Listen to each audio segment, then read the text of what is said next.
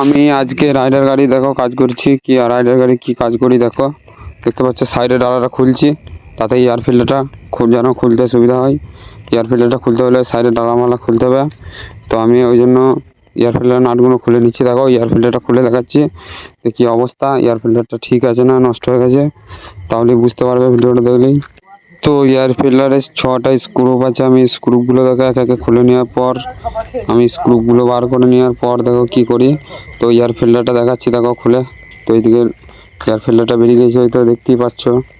তো এয়ার ফিল্টারটা বার করার পর আমি কি করি দেখো, দেখতে থাকো ভিডিওটা তাহলে বুঝতে পারবে। তো এয়ার ফিল্টার নিয়ে আমি হাতে হাওয়া মেশিনে করে হাওয়া মেরে নিলাম। তো এয়ার ফিল্টারটা ঠিক ছিল। তো তারপর দেখো আমি এয়ার ফিল্টারটা ঝেড়ে নেওয়ার পর কি করি দেখো, এয়ার ফিল্টারটা আবার লাগিয়ে দিচ্ছি যেখানে গাড়ির এয়ার ফিল্টার ছিল ওইখানে সেম করে লাগিয়ে দিচ্ছি দেখো এয়ার ফিল্টারগুলো। ভিডিওটা দেখলে বুঝতে পারবে। তো এটা